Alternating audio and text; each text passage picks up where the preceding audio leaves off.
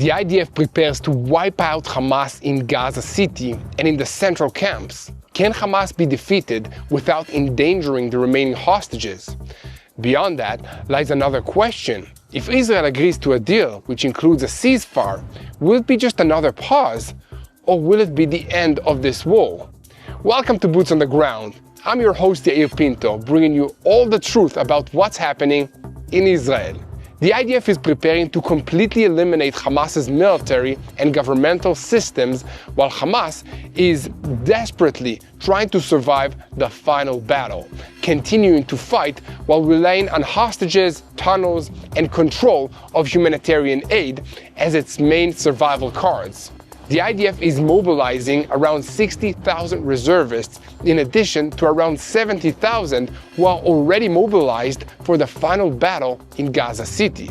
Waiting for them will be what's left of the Hamas battalions who have spent months preparing for their arrival by planting improvised explosive devices along the roads, booby-trapped buildings and tunnels, prepared ambushes, and positioned snipers. But the IDF has been sending commando teams into Gaza City to do prep work ahead of the main effort, and according to senior security officials, these teams are currently conducting an intensive manhunt for Ezzadin El-Hadid, the head of Hamas's military wing, who is hiding inside Gaza City.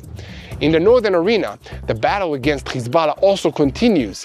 Hezbollah infrastructures were struck at Beaufort over the last 24 hours, while another operative was eliminated. And meanwhile, to the south, the Houthi terrorist organization is not ready to give up. Israeli air defenses intercepted a UAV that they fired at Israel over the last 24 hours, while a ballistic missile they fired failed to reach Israeli airspace, breaking up in mid-flight. The Houthis also attacked another ship in the Red Sea over the last 24 hours and threatened further violence. Along with these kinetic actions, what's left of the Houthi leadership continues to make threats, even saying that Netanyahu's house is not safe and we will not be humiliated and will not retreat. Gaza, you are not alone, according to the Houthis. But speaking of not safe, in Sana'a on Monday, a mass funeral was held with 12 coffins of the Houthi prime minister and his ministers who were eliminated by the IDF last Thursday. Operation Drop of Luck symbolizes Israel's move to a policy of targeted assassinations of the Houthi leadership in an attempt to deter it and stop the firing of missiles and UAVs towards targets in its territory. While the Houthi leader, Abd el-Malik al-Houthi, is in Israel's crosshairs, senior security officials assess that the Houthis will not cease their attacks on Israel. Further afield, the Iranian nuclear weapons programs continue to make progress, while in the Arab world, they are more and more certain that Israel is on its way to a tie-breaking move in the region. In the international arena, United States President Donald Trump said something we here at TBN Israel have been saying for a very long time, that Israel is winning in Gaza and losing in the public relations sphere. Maybe President Trump watches our shows. I sure hope so. In any case, in remarks to the press on Monday, he called on Israel to end the fighting in the Gaza Strip due to damage to its image around the world. As if to drive home that point, Belgium announced on Monday that it will recognize the Palestinian state during the United Nations General Assembly in a meeting next week, and it will also impose sanctions on Israel. Finally, we'll bring you the latest news from the Thunberg Flotilla, where activists are making some very strong and strange comments. We have a lot to talk about today, so let's dive into the details. I'm Yair Pinto, and this is your Boots on the Ground report about what is happening in Israel on day 697 of the war against Hamas, Hezbollah, the Houthis in Yemen, the Shia militias in Iraq, and all the other armed groups in this region that are operating under the control of Iran's Islamic Revolutionary Guards Corps, which is the head of the crumbling axis of evil in the Middle East. And a moment before we begin, I want to call on you to continue and spread the truth, share and follow us, and most importantly, do not forget to hit that subscribe button so that you remain tuned to the truth in real time and never miss another episode of Boots on the Ground. We'll start with the news from the Gaza Strip. In the past 24 hours, the IDF's Brigade 990 struck observation posts as well as a military structure from which 2 anti-tank missiles were fired towards the forces, and an incident that ended without casualties, thank God. In addition, fighters of the Givati Brigade operating in the Jabalia area eliminated terrorists and destroyed underground routes and IEDs and different arenas of this conflict. It was also reported that in the southern parts of Gaza, the battle teams of 188 and the Golani brigades eliminated terrorists and destroyed underground terror infrastructures. The battle team forces of the Kfir Brigade under Division 36 operated in the last 3 months in southern Khan Yunis, and the IDF spokesperson's unit reported that during the operation, the forces eliminated dozens of terrorists in face-to-face encounters and in cooperation with the Air Force. It was also reported that together with soldiers from the Alam Combat Engineering Unit, the forces destroyed about 8 kilometers of underground routes and worked to establish the Magen Oz axis, which separates between East and West Khan Yunis. However, amidst all of these kinetic activities, the assessment is that soon the IDF will begin concentrating the regular brigades in assembly areas around the Gaza Strip ahead of a massive entry of forces to encircle Gaza City and to start the maneuver to take full control of the city. The 2 maneuvering divisions today, 99 and 162, have already begun the activity to encirclement Gaza City. The IDF will open a corridor in the southwestern part of the city for the exit of the residents from Gaza City to the humanitarian areas in El Mawasi and in the southern parts of the Gaza Strip. Only after the evacuation of parts of the population, then the IDF will move to the next steps of this campaign. However, some steps have already been taken, and on Tuesday morning, 60,000 reservists who have been recently mobilized in order to begin preparations for this operation will report for duty. They will join the 70,000 who are already in the reservists and received an extension of 40 more days to the original call-up order. Their job will not be an easy one, as the IDF has set safety guidelines to avoid harming the hostages in certain areas in Gaza. The terrain in Gaza City is very complex and also very different from what the IDF has been dealing with in the past 2 years in other parts of the Gaza Strip. The city is crowded, the area is limited, and it is an urban sector, part of which is high-rise buildings. The IDF has already decided that if there is a risk of harming hostages, they will not open fire. Only if there is certain information that there is no presence of hostages at the site will the strike be approved. The IDF also intends to limit the use of artillery, and only with special approvals will artillery barrages be permitted. In other words, the IDF is setting very strict guidelines of offensive action, and this will greatly complicate the work that these soldiers are being called upon to do. Even without these restrictions, this will be a very difficult and dangerous task. The first time that the IDF took control of Gaza City, it paid a very painful price, including 100 fatalities and dozens more wounded. There are reasons to think that this time it will be similar. First, it is a dense urban area with large and branching underground systems and above ground high-rise buildings. Second, Hamas has prepared for months for the arrival of the IDF, setting IED charges along routes that their vehicles will have to travel on. They also booby-trapped buildings and tunnels, prepared ambushes, and positioned snipers and anti-tank squads. They are not worried about the collateral damage that might harm the Palestinian civilians. In fact, they're counting on pictures of wounded Palestinian civilians to be published by international media organizations to bring more pressure on Israel, as has happened so many times in this past. The operation is projected to last months, not days and not weeks. However, there is already some progress to report. The elimination this week of Abu Ubaidah, the spokesman of Hamas's military wing, and the head of its propaganda department, is an important intelligence and operational achievement for Israel in this war against Hamas.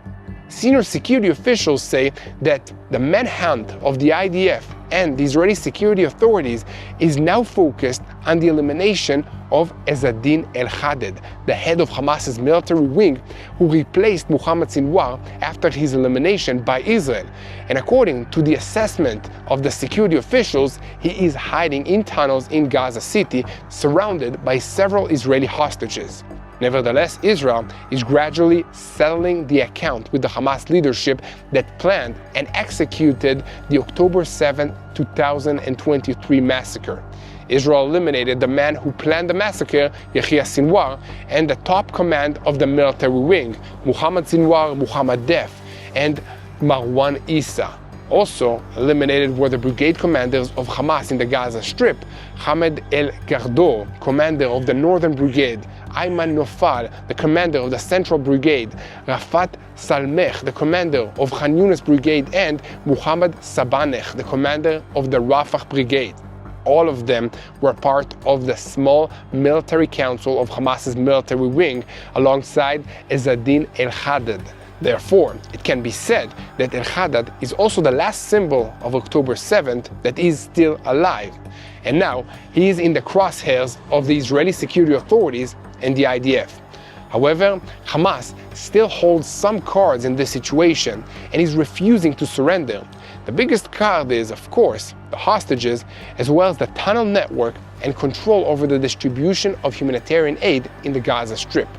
With this in mind, senior Israeli security officials emphasize that a military decision in the Gaza Strip is not limited to the conquest of the territory, but requires the complete elimination of the military and the governmental arrays of Hamas. In the absence of such a move, Israel will be forced to maintain ongoing control in the Gaza Strip or to establish a stable alternative and a governing body that will take control of the Palestinians in Gaza. But even after this has been accomplished, the intelligence echelon warns that Hamas is unlikely to disappear, but instead it will probably revert to its roots as a guerrilla warfare organization, continuing harassing attacks against Israel while attempting to rebuild. And with all of that in mind, and discussions are beginning between Jerusalem and Washington regarding the day after in Gaza, a move that is seen as a positive sign of the United States administration, is support for Israel's position and the need to topple Hamas's rule. So guys, here at TBN Israel, we will continue to bring you all the information straight from the field. So continue to spread the truth, share, follow us, and most importantly, hit that subscribe button or give us your support by hitting the donate button and never miss another episode of Boots on the Ground. Now, I want to talk for just a moment about one of the stories that doesn't get much attention in most media outlets, and that's the daily struggles that millions of Israelis faced just to put food on the table and to pay the bills. I'm talking about ordinary men and women who run small businesses, people who bake bread, carve nativity scenes out of olive wood, and paint pictures and build artwork, who are still trying to recover what was lost. Many had to shut down their doors, cancel orders, and put life on hold while they or their spouse went on to serve in the IDF and defend Israel. Others had to evacuate their homes and leave their workshops behind because they were under fire. Now they're working to rebuild, but rebuilding takes more than just hope. It takes support, and that's where Artza comes in. Artza gives small Israeli businesses a platform by featuring their handmade products in subscription boxes sent around the world. From ceramics and olive wood to spices and soaps, every item tells a story of someone trying to move forward. And every box that goes out brings income, dignity, and encouragement to people that are working hard to stand back up. So guys, if you want to help, this is one way to do it. Visit www.artzabox.com/TBNIL and use the coupon code TBNIL for your 10% off your subscription. Again, that's www.artzabox.com artsabox.com/TBNIL. This is a simple way to show up for the people of Israel right when it counts the most. And now we'll move on to the Houthis in Yemen. But first, I want to invite you to click that subscribe button if you haven't already, so that you never miss another episode of Boots on the Ground. Senior security officials in Israel reported that in the Israeli strike in Sana'a last Thursday, which was given the name Drop of Luck, the Houthi Prime Minister, the Director of the Political Bureau, the Prime Minister's Chief of Staff, the Cabinet Secretary, the Justice Minister, the Economy and Trade Ministers, the Foreign Minister, the Agricultural Minister, and the Information Minister were all terminated, together with several other senior officials in the Houthi organization. Amongst the survivors are the Houthi Defense Minister and the Chief of Staff, but beyond that, it's difficult to know for sure because despite the publication of the official morning notice, the Houthi leadership continues to impose a complete media blackout on the scope of the losses that they resulted from the Israeli attack. Commentators in the Arab world view the elimination of the senior figures as a strategic change by Israel in its war against the Houthis and assesses that Israel will continue these operations that are targeting senior Houthi officials in Yemen, and that it indicates it has improved its intelligence capabilities and penetration of the Houthis. Some things doesn't require sophisticated intelligence operations, and that includes the observation that 12 coffins were seen lying side by side at a funeral ceremony in Sana'a on Monday. Later, the coffins were carried in a mass procession that resembled a military parade that looked like a show of force after the painful blow that they suffered by the Israelis in this attack. The crowds that gathered this morning in El Sabain Square in Sana'a shouted several times during this funeral, "Death to Israel." To make a brief comment on my own about all of this situation, and especially the chants against Israel, we're used to seeing that anything that happens in the Middle East is being attributed to Israel's fault. So the Houthis are just doing what the Iranians are telling them to do, and spreading hatred instead of taking responsibility and wanting to take care of their own people. Now, we're getting back to the news, and there is an increased Israeli intelligence effort to collect information on the whereabouts of the Houthi leader Abdul Malik al-Houthi in order to eliminate him as well. Such an elimination would certainly constitute a significant blow to the Houthi top leadership that sets the policy of attacks on Israel with ballistic missiles and UAVs. That's important because as significant as the losses of so many of their top leaders might be to the Houthis, it is unlikely to have much an operational effect on their ability to attack Israel. According to the security officials, the core of the Houthis' military leadership is still functioning, and the large demonstrations that took place in Sana'a over the past weekend indicate that the Houthis' rule is stable and enjoys growing popular support. For instance, the Houthi leader in Yemen, Abdul Malik al-Houthi, delivered a speech on Sunday in which he declared that the list of those lost to us consists of ministers who work in civilian fields, and the sacrifice will not affect our country's stance, neither officially nor popularly, and will not lead to withdrawal or to weakness.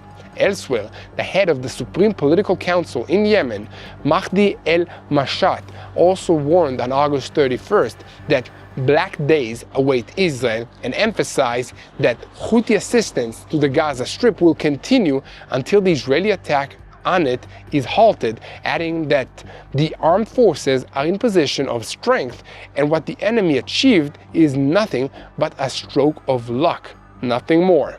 In fact, the intelligence echelon believes that the Houthis will try to retaliate as soon as possible by firing missiles and UAVs towards Israel to show that their operational capabilities have not been harmed. Also, following the strike, security has been reinforced for senior Israeli officials, including Prime Minister Benjamin Netanyahu and Defense Minister Israel Katz.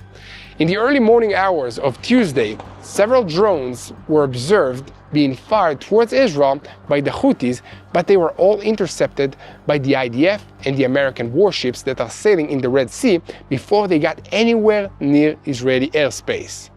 Also, on Tuesday morning, the Houthi spokesperson Yahya Sari claimed responsibility for firing at what he called a Zionist oil ship in the northern Red Sea, and he claimed that a ballistic missile launched allegedly struck this ship.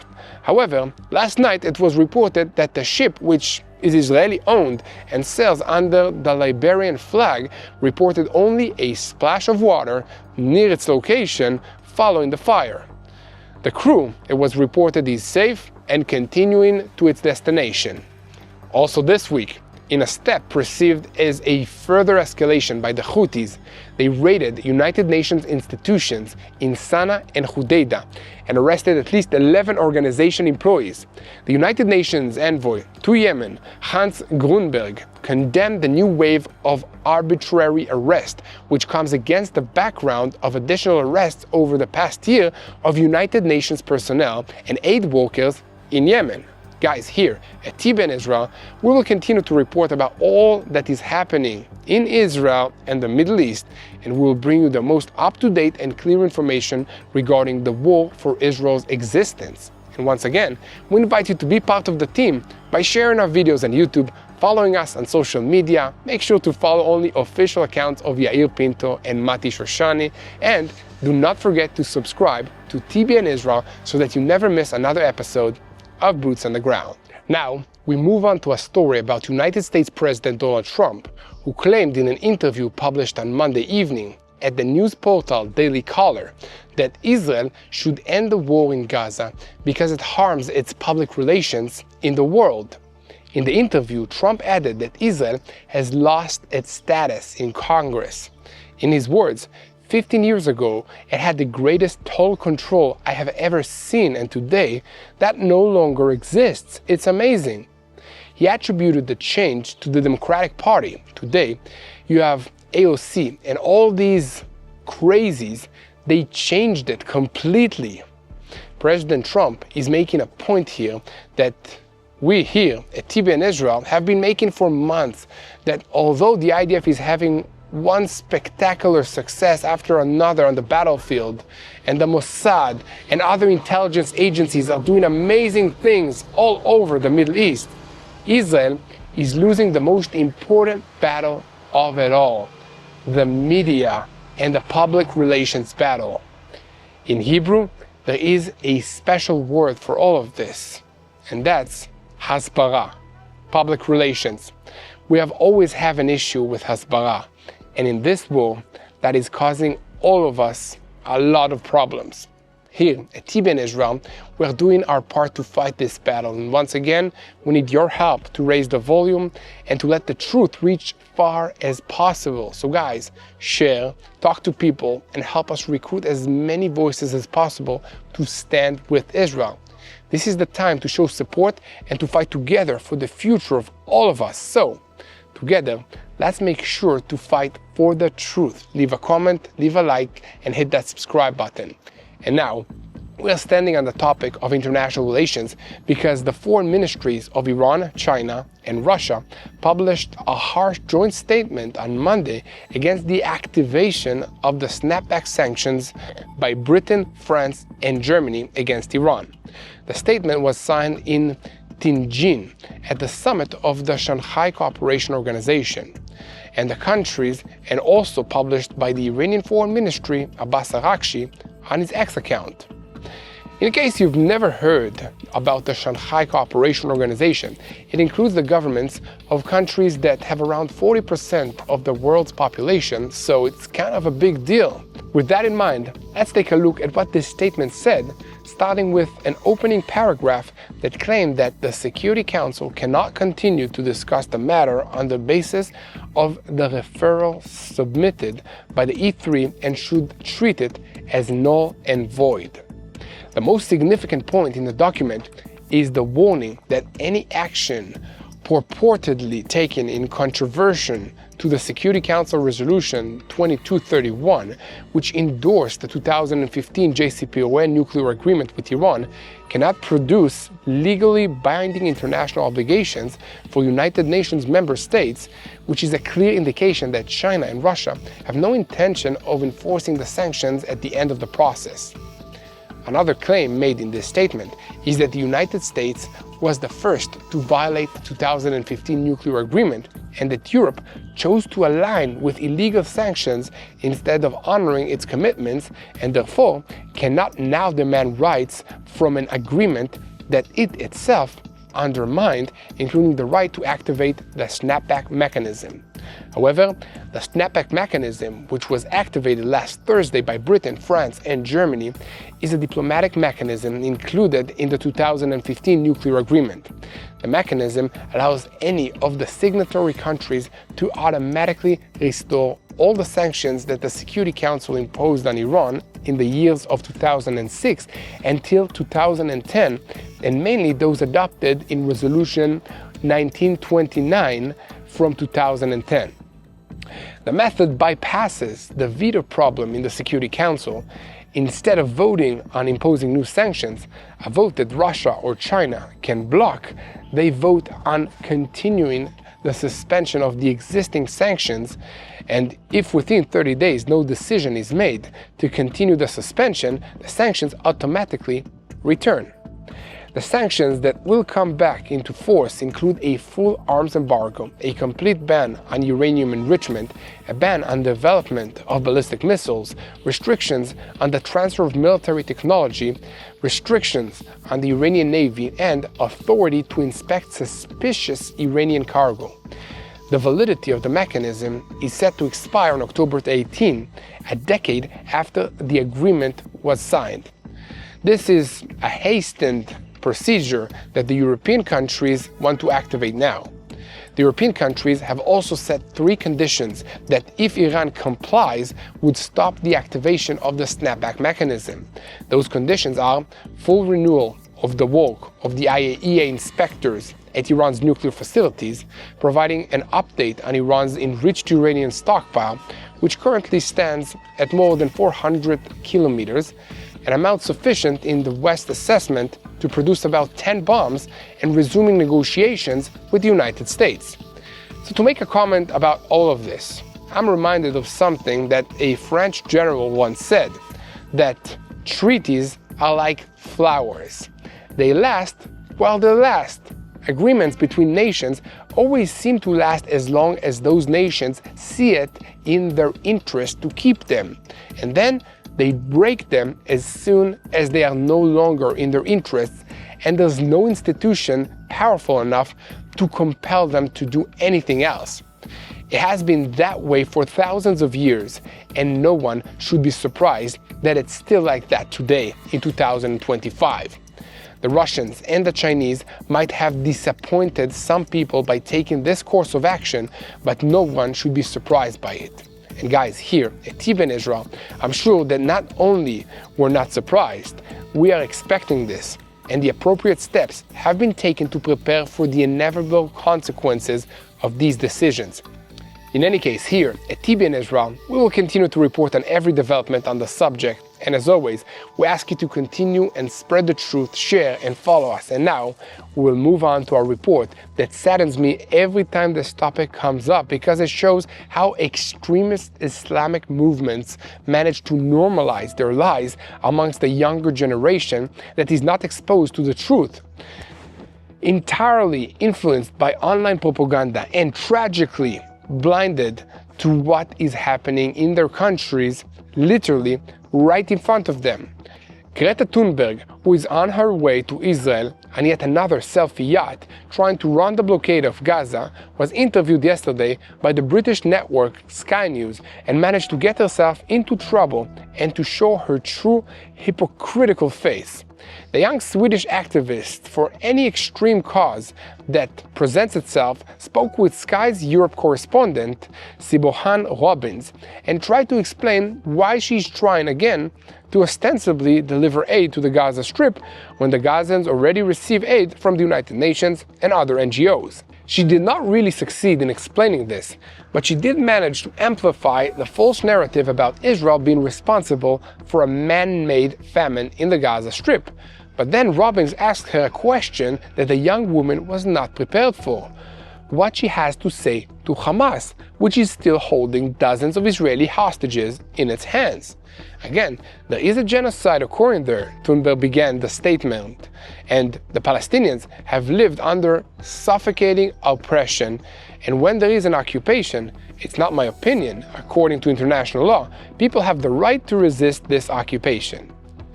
Here she apparently realized she was not coming off well, so she tried to correct herself, saying, and again, I do not support killing civilians, but if we translate this into reality, where we see hundreds of thousands of people dying in Gaza, and from hundreds of thousands of people, their dignity and sense of justice and freedom is taken by Israel. This is according to what she said. And the rest of what she said was censored by the network, apparently to do Greta kindness and not to make her look even more degraded than she already does. But the message is clear.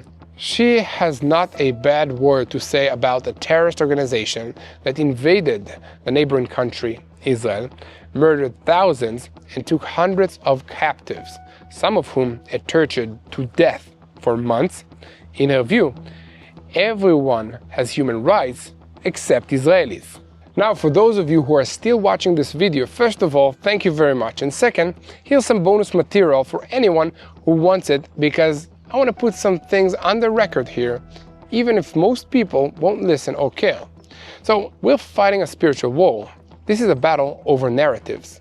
And as I've said many times, Israel is not doing so well in this part of the battle.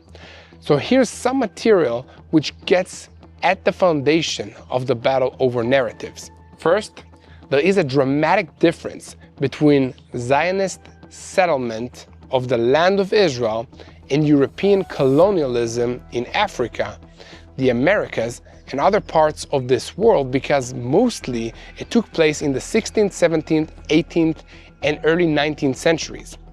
Since some Europeans and their helpers like to compare the Zionist movement to colonialism and to colonialist conquerors who dispossessed the indigenous population of their lands, it is mandatory to explain not only the differences, but why Zionism is the absolute opposite of colonialism and, in fact, is one of the most moral movements in the world. The essence of colonialism is to arrive in a distant land that is not yours, enslave the local population and all of its resources for the benefit of the mother country. This is very different from what the Zionist movement set out to do in the late 1800s and accomplished over the next several decades up to the present day. So to start with, Zionist movement did not take land violently from the indigenous population of this country. Until 1948, 100% of the land that Jewish people acquired in this country was purchased with money from those who legally owned it under the existing administration of the Ottoman Empire and later the British Mandate. Furthermore, there was a continuous presence of Jewish people living in this country for hundreds of years prior to the rise of the Zionist movement, including communities in 8 cities: Tzfat, Tiberias, Hebron, Jerusalem, Gaza, Akko, Shechem, and Jaffa. Many of these Jewish communities owned businesses and they provided jobs for both Jews and Arabs, paying everyone wages, which is not the way that colonialists usually operate. There was also great efforts made on the part of the Jewish community leaders to consult with and to also cooperate with their counterparts in the Arab community to work towards improving conditions for everyone.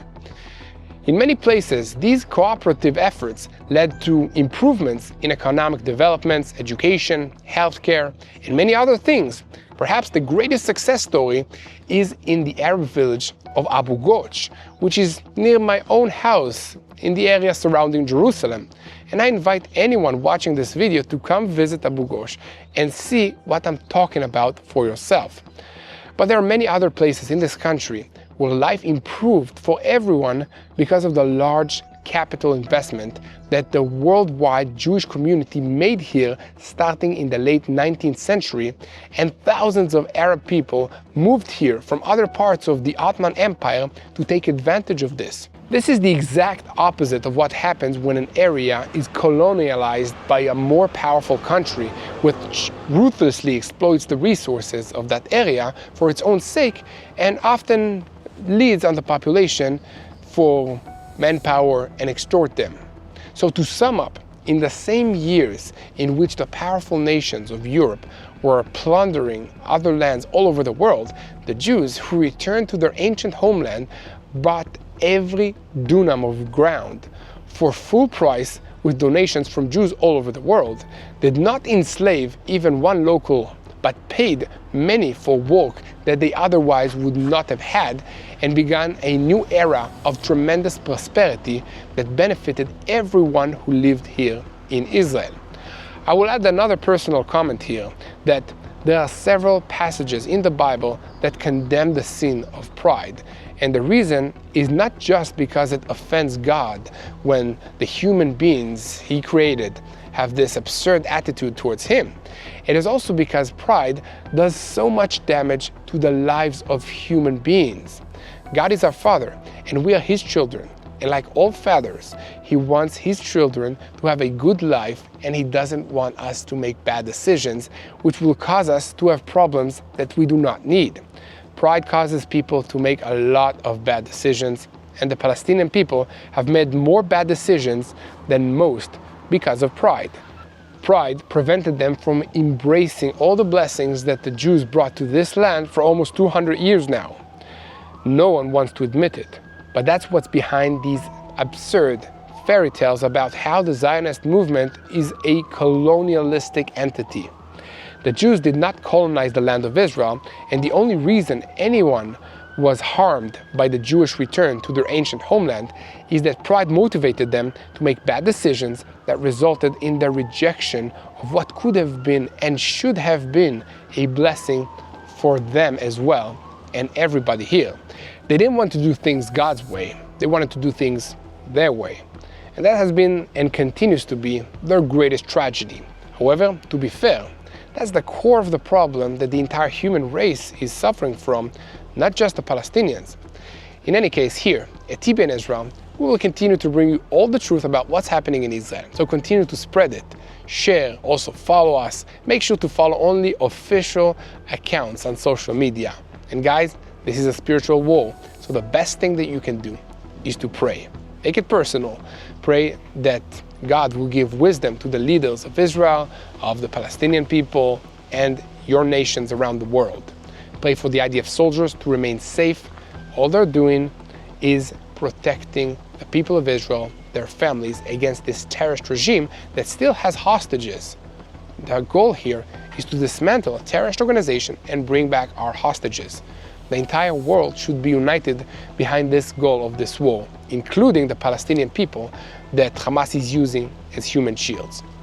So guys, keep praying for the peace of Jerusalem. Hello, this is Mati here in Jerusalem with TBN Israel. This is Yair Pinto from TBN Israel here in Jerusalem. TBN Israel is keeping viewers informed with Israel-focused news, culture, and what God is doing in this land. Support TBN Israel today online at tbn.org/Israel. Thank you.